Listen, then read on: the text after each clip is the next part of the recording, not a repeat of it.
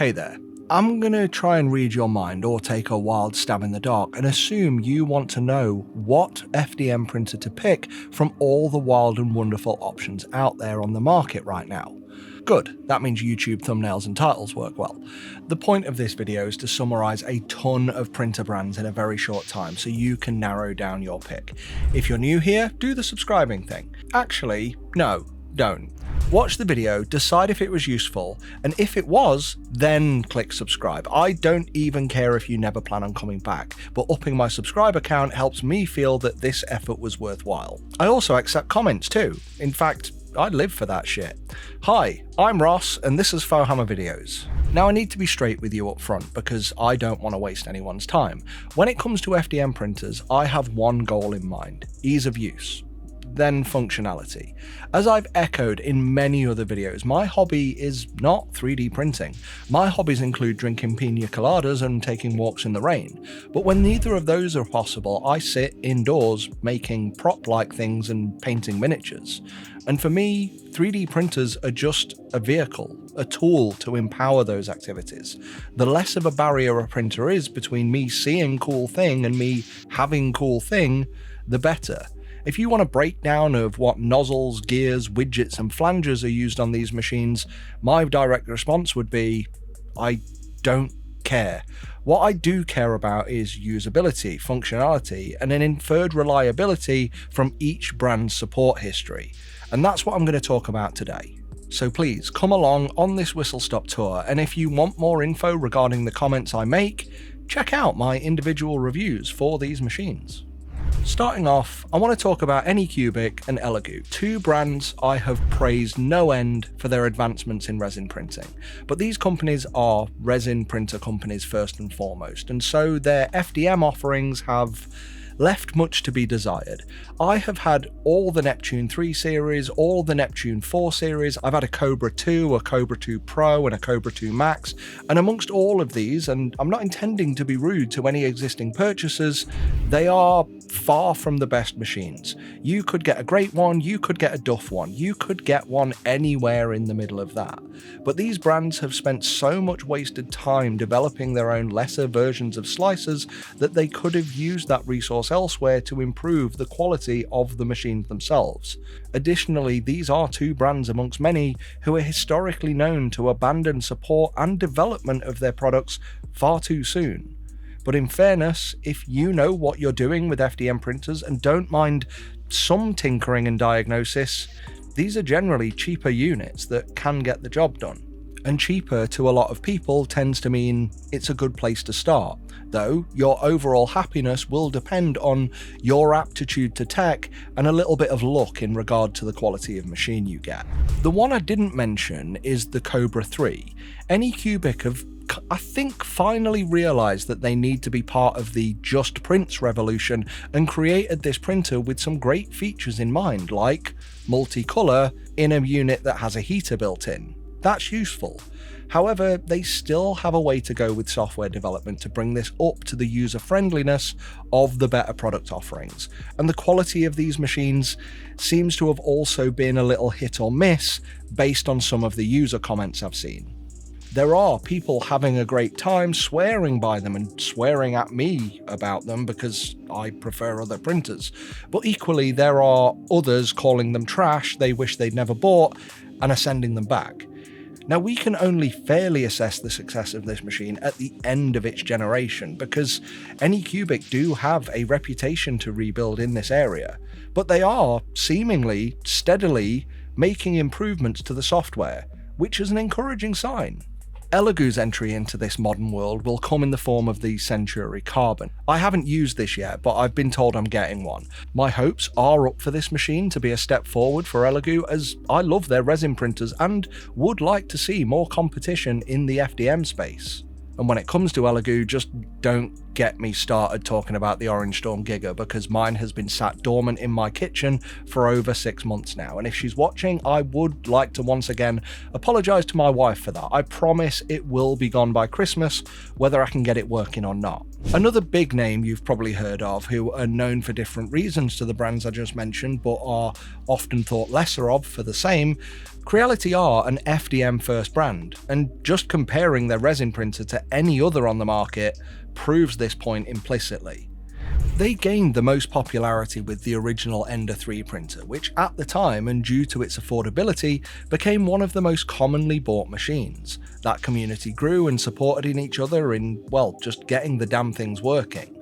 But we've come a long way since then, and you could fairly argue now that the main reason Creality even still exists is because they're riding the wake of the original Ender 3's wave. This year I've had their K1, K1 Max, K1C, K1 SE and the Ender 3 V3 Plus. And you know what? I'll describe their machines as okay for the price. Yeah, I can understand why people are buying them. They have made slow but steady progress in the last year, and with their latest slicer update they've actually ditched years of development and just gone with Orca. Now, admittedly, Orca that they branded and changed the UI around to actually make it worse, but they at least realised how far behind they were and jumped on top of the current most popular software as a fresh start. And I think we've got to give them credit for that. There are hardware issues, there are limits to the hardware that older machines have already surpassed, but you know what? They do the job and they do it cheap. Another brand I want to mention, because they have once again been recently directly compared to Bamboo, is Qidi Tech. My first experience with these guys was not great. The X+3 simply did not work. I got shit for lambasting it in my initial review, but then other users echoed the same, which resulted in the brand actually pulling the product from the market, changing the hardware, and then relaunching it months later. And when I got that, I had a great experience with it, and I actually gifted it to my stepdad, who used it for about 4 months, only to then find those initial problems reoccur, and that's unfortunate. I liked the X Max 3, but did no long-term testing on that one. And I also had the Qidi Tech Q1, which is such a cheap clone of the X1, I found it laughable. You won't actually see the video for that, because I had an issue where heat from the hot end softened the PLA to the point that it coiled inside the extruder gear. And by the time I got spare parts to resolve it, people had already stopped caring about it much at all. And now we've got the Q4. I've got it sat here next to me, and it will be the next FDM review that I do. And you could be sat there arguing, well, I should do that first before doing this video. But by the time I do that, there'll be another printer or two sat here, and I need to make a cut somewhere. I have heard good things about the Q4, and I'm excited to bring you my thoughts on it, so check out that video dropping soon, or a while ago, depending when you watch this. One thing that I can comfortably say about Qidi Tech though, is that they encase these things in far too much bloody plastic. Woe betide the day I actually need to access parts in one of them. Now, almost in a bit of contrast to this, I want to talk about a brand that's brought out more open printers. So let's talk about Sovol. So far I've only used the SV08, and I can comfortably say it's not the printer for me. But I can respect it. It's based on the Voron project and delivered with raw Orca slicer with no bells or whistles, and that generally makes me happy. See, I'm not a tinkerer, and I've got no intention of being. I'm too old, I've got kids, I've got a family, I've got work to do. I don't have time to start tinkering with things anymore. But I used to tinker, like with phones, before they were smartphones. And back when we had devices like the Nokia N95 or phones earlier than that, we'd buy them from specific service providers or carriers, and they'd always be bogged down with that brand's shit. And we still get it today with Android phones made by particular manufacturers, and the first thing I'd want to do is strip all of that shit out and go back to vanilla to build from. That's why I'd rather have a Pixel than any other Android phone. So where I respect the SV08 is because it's bare bones, without any of the brand specific crap that we see from so many others.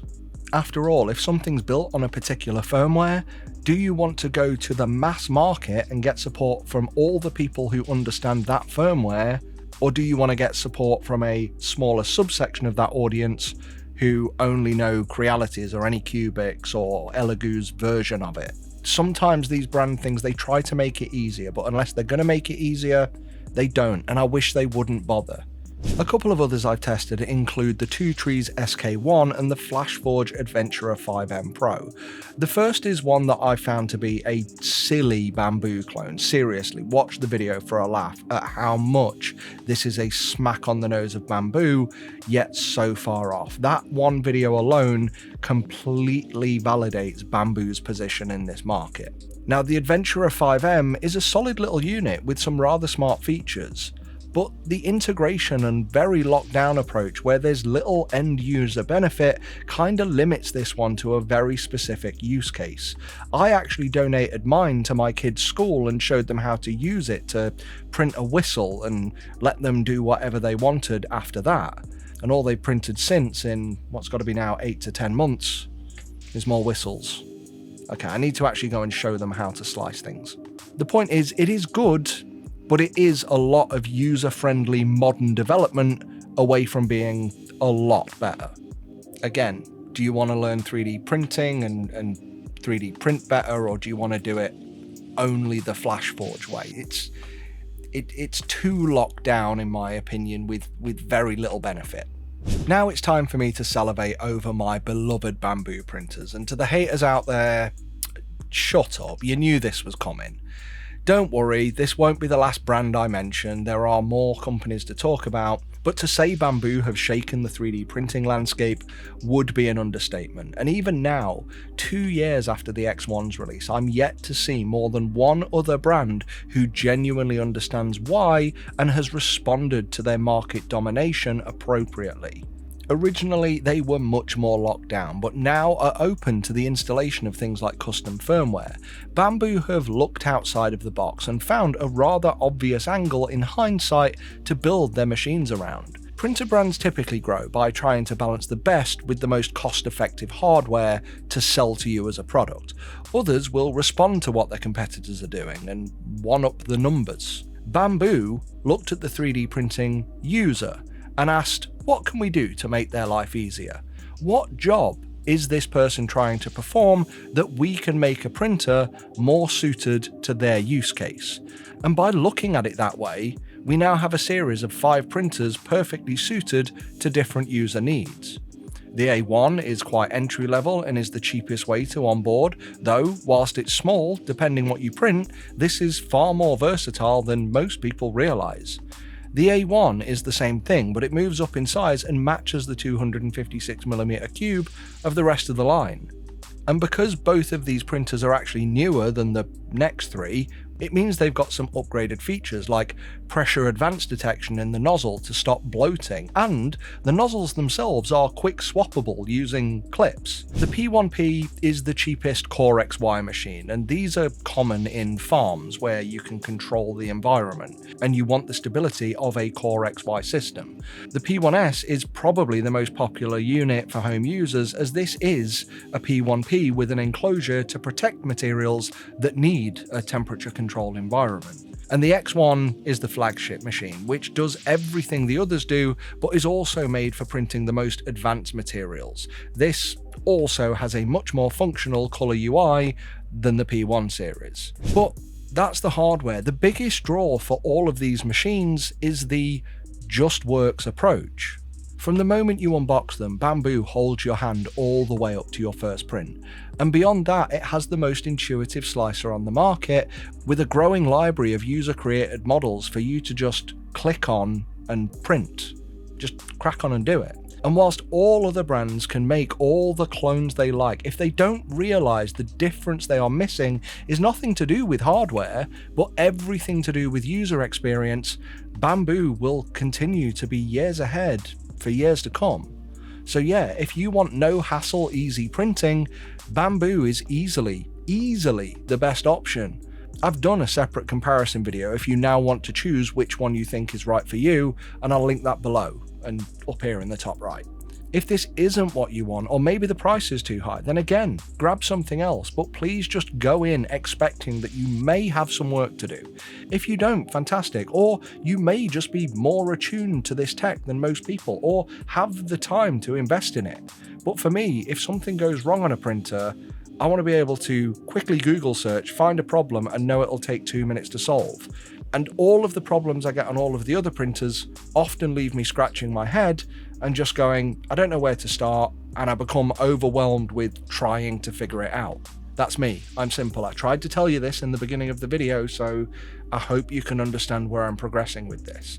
As much as I love Bamboo and what they've done, and I am saying they are miles ahead of everyone else, I'm saying all these things and I'm literally handing these other brands the reasons because I want them to get it and I want them to compete, because only then can we actually push this market forward again and improve the technologies.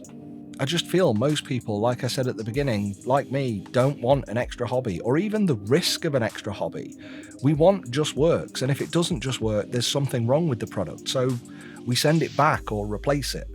To those of you who think us making this choice are, well, we're just dumb. We're not dumb people. Come on, let's be realistic. We just live in a world where we want to play with something cool, and time is a resource. Time may be a resource that you can spend. You may be smarter, you may just get this, but for the most of us, I just want to print some shit. That's all I want to do. That's my point. And I do get it, because we're having the same fight now in the resin world, where Hagias have released the first Just Works machine with direct printing support in the slicer. And unless someone can come along soon and trump them, they're going to go the way of Bamboo as well. Now, when I talk about Bamboo and the reasons for their success, there is one other brand I've seen who I think did come close to this. And dare I say it, it's AnkerMake. You see, the M5 and the M5C were both great little bed slinging machines for very much the same reasons. They were built around us, the user. Now, unfortunately, the brand just didn't make enough of a splash and were probably too expensive for what you got, and it seems have since officially abandoned their multicolour system. Right now, it looks like they're dead in the water, but Anker themselves, who run the company, are a huge brand, and should they be willing to invest, we could genuinely see a resurgence from them, and I'd love to see how they would come back, because it felt like they at least understood that it's about making a printer that the user wants. Now, the final brand I want to talk about is Prusa. I've only recently had the Mark IVS and the XL, and I have to say, to everyone championing this brand, I get it. Prusa are a brand worth honouring, and without the research they had done, we wouldn't have Prusa Slicer, which things like Bamboo and Orca were built from. Prusa were known for years as the Just Works printers in their era. They provided high quality machines, and they are so confident in their printers' abilities that many of the parts for these modern Prusas are printed on Prusas. But Prusa machines are expensive, incredibly expensive. Now, part of this is understandable because they are a European brand, and European staff and manufacturing costs are much higher than China, where pretty much every other brand is from. And then when you see that Prusa offer 24/7 online live support that I've used myself and is amazing, you can understand where the money goes and why these cost so much. They are workhorses. I've heard countless tales of how they work for thousands of hours, though unfortunately I can't personally verify this because I haven't even owned mine for that long. Now, whilst these machines do work well, they are now, like everyone else, lacking the much more user-friendly approach of their main competitors. But unlike the other brands who are janked and messy in their existing offering, Prusa are at least a tight, well-oiled ship. Updates and improvements are typically more deliberate rather than in response to user complaints, and the updates don't stop with Prusa when the complaints do, or when a new printer comes out. Prusa make, support and innovate their machines for years, and whilst they do this, they remain completely open source. And I respect them for the honor of that. After all, I make these videos, I publish them for free, and I do it on the faith that you will watch them and use my affiliate links. It's putting things out there positively in the hope that people will support you in return. Like them, I'm not controlling you, I'm not forcing you, I'm being open with you and trusting for a respectful activity from you in return. Prusa are not only making these machines and sending them out, whilst they're doing it, their development is growing the entire wider 3D printing industry. And I get that it's shitty when other companies take advantage of that. So remember, when you're buying from these guys, you're not just paying for the printer, you're also, to a degree, investing in 3D printer development. However, I get it as well. The machines are gory damn expensive, and whilst the XL has the unique selling point of having a tool changer, which is easily my favorite way to do multi-material prints because there's far less waste, I feel they need to do something at the just works end of the printer spectrum in order to bring a new generation of users under their black and orange umbrella. I would say if you can afford it and you want to support it, and we should want to support it, definitely buy from Prusa. Your money is for the machine, but as I said, also an investment into the future of this whole technology. Kind of like a bit of a reverse Kickstarter-y thing. Right now, these are geared a bit more towards the more technical user. But I really love the XL. Like, how can you not love this thing? It's amazing. But that's it, guys. There's a wild summary of all the FDM brands I've touched in the last year or so. I don't think there are any real surprises here, but if you think anything was missaid or misrepresented, or preferably if you have some more positive feedback, please kindly comment below the video. You can, of course, be a cock about it if you want, but I learned this week how to block people from my channel. Turns out I and nobody else will ever see the comments from those people ever again, but they can still see their own and so won't even know that I've done it. And they'll just continue ranting into the ether. I need like a maniacal sound effect for this bit. No, mate, sorry, that wasn't a direction to put one in. Sorry guys, I'm talking to my editor. He's new. Let him know what you think of the editing for this video in the comments too. I want to say thanks for watching, and a reminder to please use my affiliate links if you do buy any of these machines after watching this or any of my videos. That's how I can afford to run the channel. If this has narrowed down a brand for you, please go and check out my individual reviews and comparison videos just to cement your purchase. I want to say thanks to our members who are on screen now. Please consider joining us to get your name up in lights, along with early access, exclusive videos, and member roles on our Discord server. Until next time, how's that damn 3 seashells thing work? Fohammer out.